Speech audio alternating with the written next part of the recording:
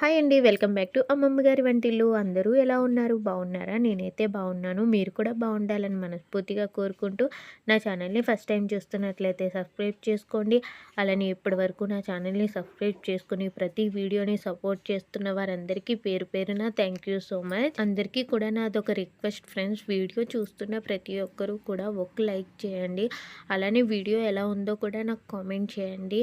Video బాగోకపోతే బాగోలేదని చెప్పండి, బాగుందంటే బాగుందని చెప్పండి. ఎందుకంటే నేను కూడా బాగా చేస్తున్నానా లేదా అన్నది కూడా మీరు కామెంట్ చేయడం వల్లే కదా నాకు తెలుస్తుంది. అలానే వీడియో నచ్చినట్లయితే లైక్ చేయడం మాత్రం మర్చిపోకండి. లైక్ చేయడం వల్ల నా వీడియోస్ కూడా నచ్చుతున్నాయి, నాకు సపోర్టర్స్ పెరుగుతున్నారు. ఇంకా వీడియోస్ బాగా చేస్తే నాకు ఇంకా సపోర్టర్స్ పెరుగుతారు కదా అని ఇంకా మంచి మంచి వీడియోస్ కూడా చేస్తాను ఫ్రెండ్స్. ప్లీజ్ లైక్ చేయండి. ఎందుకు ఇంతలా అడుగుతున్నానో కూడా అర్థం చేసుకోండి.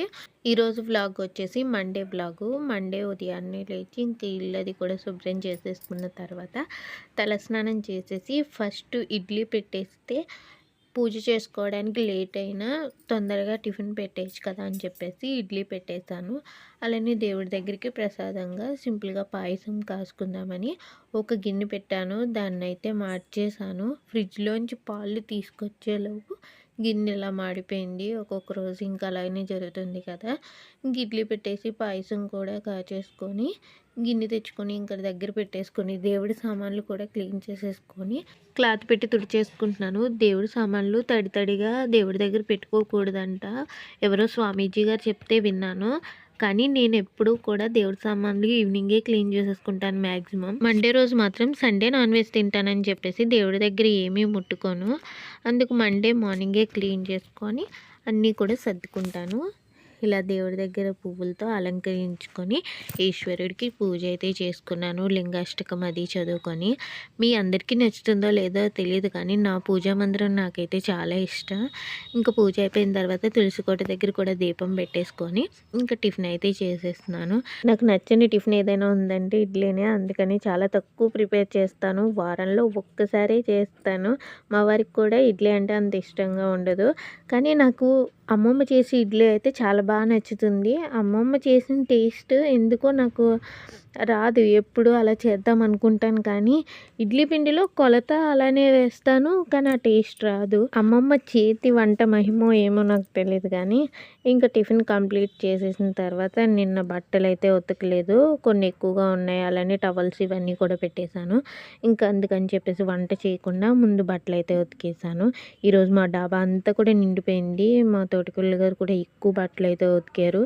బట్టలన్నీ ఉతికి ఆరేసేసరికి 11 అయిపోయింది. ఇంకా తొందరగా వంట స్టార్ట్ చేయాలని చెప్పేసి ఫ్రిడ్జ్ దగ్గరికి వెళ్ళి కూరగాయలు ఏమున్నాయా అని చూస్తే మొన్న అమ్మ పంపించిన బీరకాయలు అయితే కనిపించాయి.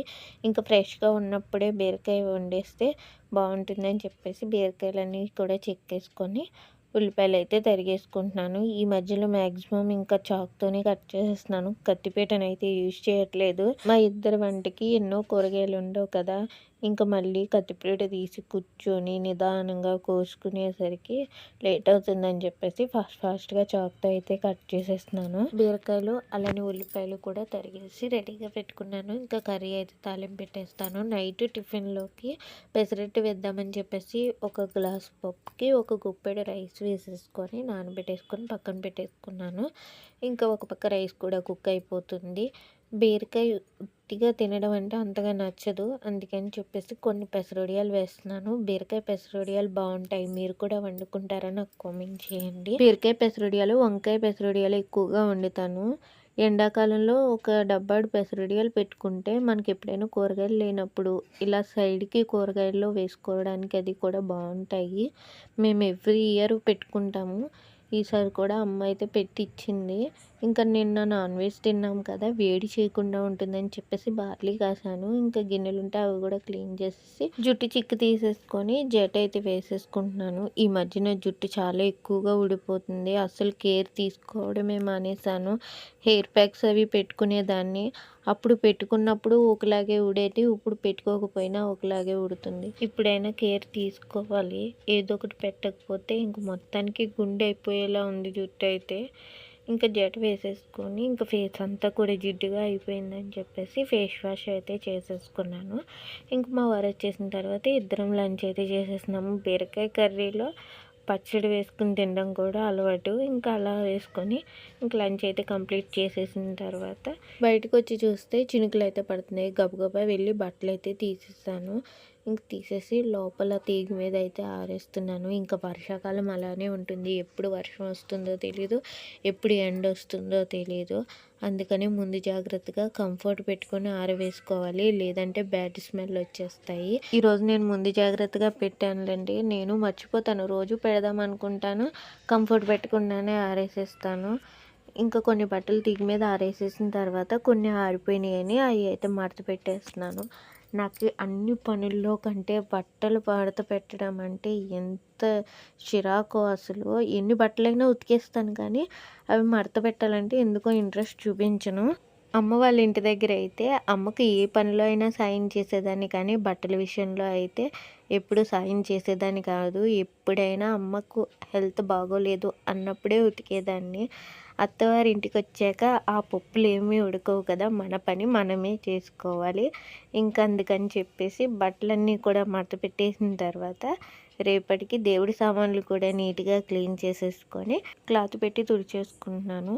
ఇంకా టీ పెట్టిన గిన్నెలు అవి ఉన్నాయి, అవి క్లీన్ చేసేసుకొని నైట్కి పెసరట్టు వేస్తానన్నాను కదా, పప్పు కూడా కడిగేసుకొని మిక్సీలో వేసి గ్రైండ్ చేసేసుకుంటున్నాను.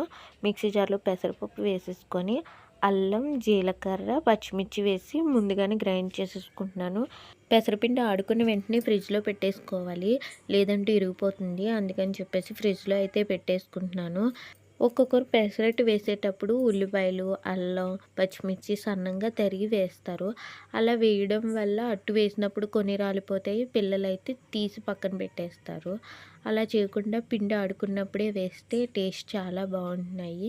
అలానే పెసరట్లో కొన్ని బియ్యం వేసి ఆడుకోవడం వల్ల క్రిస్పీగా చాలా బాగా వస్తుంది. మా వారికి పెసరట్టు అంటే చాలా ఇష్టం. ఇంకా టిఫిన్ కింద పెసరట్టు, ఆవకాయ పచ్చడి వేసుకొని ఇంకా మేము టిఫిన్ అయితే కంప్లీట్ చేసేస్తాము. ఈ వ్లాగ్ని ఇక్కడితో ఎండ్ చేసేస్తున్నాను. నేను చెప్పిన మాటలు అలానే నేను పనులు చేసుకునే విధానం కనుక మీకు నచ్చినట్లయితే లైక్ చేయడం మాత్రం మర్చిపోకండి. అలానే నా ఛానల్ని సబ్స్క్రైబ్ చేసుకోండి. Thank you for watching friends.